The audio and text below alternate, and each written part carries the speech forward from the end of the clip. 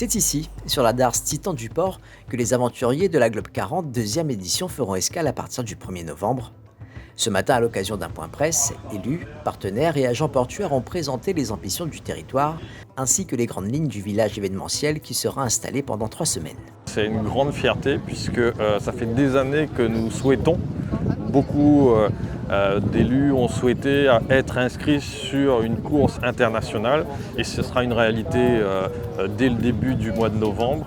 Donc on prépare ça avec attention, avec l'organisateur de la course, avec les partenaires locaux, institutionnels, mais aussi privés. C'est une chance pour nous d'être inscrits dans ce parcours où il y aura 6 villes autour du globe.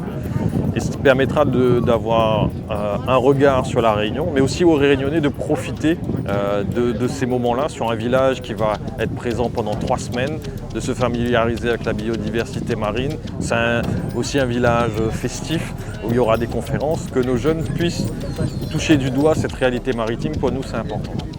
Parmi les participants, le bateau 139 porté par l'équipage réunionnais, emmené par Thibault Lefebvre, finisher de la Transat Jacques Vabre en 2021. Pour Manfred Ramspacher, organisateur de la course, dans l'océan Indien, le territoire de l'Ouest possède tous les atouts pour accueillir une course d'envergure internationale. La première édition avait un côté un peu héroïque, c'était la première fois. La deuxième est plus raisonnée, en tout cas au niveau de l'organisation, mais ça restera pour les équipages, en particulier l'équipe réunionnaise, une grande aventure humaine et sportive.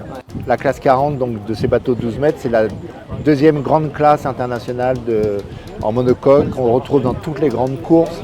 C'est vraiment le support depuis 20 ans qui est un accès à la course au large et qui est l'originalité d'être une classe mixte à la fois entre professionnels de haut niveau et d'amateurs. C'est ce mélange qui donne cet esprit si particulier et si attachant à la classe 40. L'arrivée des premiers skippers est prévue le 1er novembre dans la darse Titan du Port, avant un départ le 22 novembre en baie de Saint-Paul vers Sydney, 3e étape de ce tour du monde à la voile.